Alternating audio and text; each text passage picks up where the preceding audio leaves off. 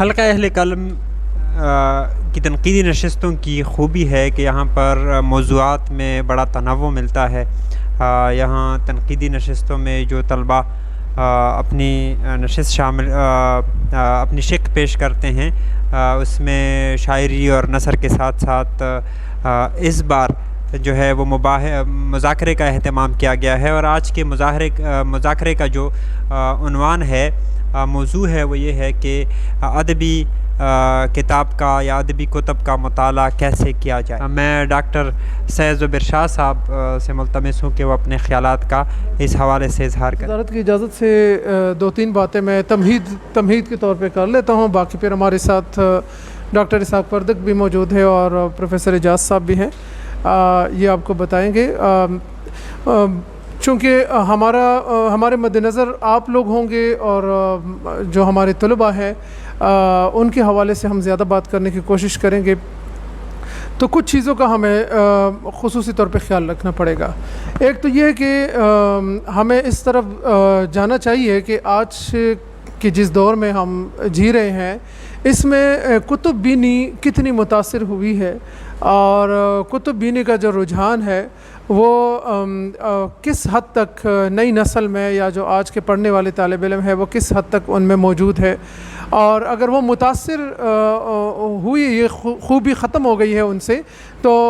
وہ کیوں متاثر، اس کی وجوہات کیا ہیں، اور پھر اس کی بہتری کے امکانات کو ہم کیسے روشن کر سکتے ہیں، ہم اس طرف جا سکتے ہیں۔ تو یہ کچھ چیزیں ہیں کہ سب سے پہلے تو ہمیں بنیادی نوعیت کے ان سوالوں پہ بات کرنے کی ضرورت ہے۔ رہی بات کتاب کے مطالعے کے حوالے سے، تو جس سطح پہ آپ ہیں اس میں عموماً سب سے جو مشکل ہوتا ہے کتاب کا انتخاب ہوتا ہے کہ مطلب کیسے ہم کتاب کا ایک اچھی کتاب ہم کیسے پڑھیں۔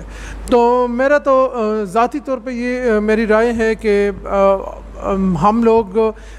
کتاب سے، چاہے وہ اچھی ہو یا چاہے وہ بری ہو، اس سے کچھ نہ کچھ سیکھ لیتے ہیں۔ میں اکثر اپنے طلباء کو بتاتا بھی ہوں کہ ایک اچھی کتاب سے اگر ہم یہ سیکھ لیتے ہیں کہ ہمیں ایسے لکھنا ہے،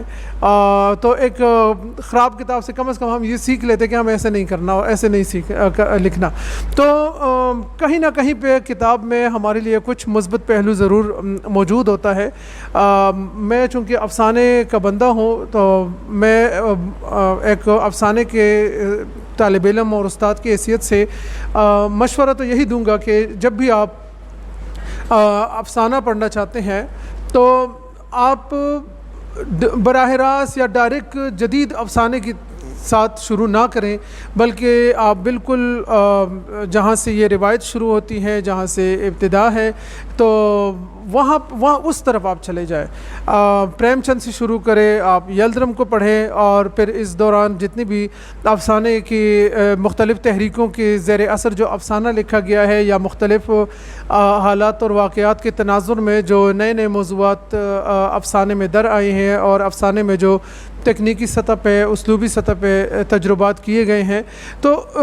ان سب سے گزر کر جب آپ جدید افسانے کی طرف آئیں گے تو آپ کو پیچھے ایک مکمل روایت سے شناسائی حاصل ہو چکی ہوگی، اور آپ افسانے کے مزاج سے واقف ہوں گے، تو نئے افسانے کو بہتر صورت میں آپ سمجھ سکتے ہیں۔ تو میرے نزدیک آپ کے لیے تو ایک مشورہ یہ ہے افسانے کے تناظر میں کہ آپ پوری روایت کو لے کے چلیں۔ اس میں ضروری نہیں ہے کہ آپ ہر دور کے ہر افسانہ نگار کو پڑھیں، ویسے ادب کے طالب علم کی حیثیت سے تو پڑھنا چاہیے، لیکن اگر آپ ہر دور کے کچھ نمائندہ افسانہ نگاروں کو لے لیں اور ان کا گہرائی سے مطالعہ کریں، مختلف پہلوؤں سے ان کو سمجھنے کی کوشش کریں، تو میرے خیال ہے کہ ایک پورے عہد کے ہر دور میں چند ہی لوگ ہوتے ہیں جو اپنے عہد اور اپنے دور کے ترجمانی کرتے ہیں، تو اس طریقے سے آپ افسانے کو سمجھ بھی سکتے ہیں۔ اور اگر آپ میں سے کوئی ایسا طالب علم ہے جن کو تخلیقی سطح پہ مشق کرنے کی خواہش ہے اور وہ چاہتے ہیں کہ افسانہ لکھیں، تو میرے خیال ہے کہ اس چیز سے ان کو بہت زیادہ ایک افادہ وہ کر سکتے ہیں کہ قدیم افسانے کے اسلوب کو اور اس کے مزاج کو پرکھتے ہوئے آگے بڑھے اور آج کے نئے افسانے تک وہ آئے گا، تو ہو سکتا ہے کہ وہ نہ صرف روایت سے آشنائی کی بنیاد پہ گزشتہ افسانے کی بنیاد پر افسانہ بنے، بلکہ بہت ممکن ہے کہ روایت اور تجربات سے شناسائی کی بنیاد پہ وہ اپنے طور پہ کچھ تخلیقی تجربات کی طرف چلا جائے۔ لیکن تخلیقی تجربہ ابتدا میں نہیں کرنا چاہیے جب تک آپ مکمل طور پہ کسی روایت سے آگاہ نہ ہوں، اور جب تک آپ لوگ مکمل طور پہ آپ کی مشق اور ریاضت نہ ہو،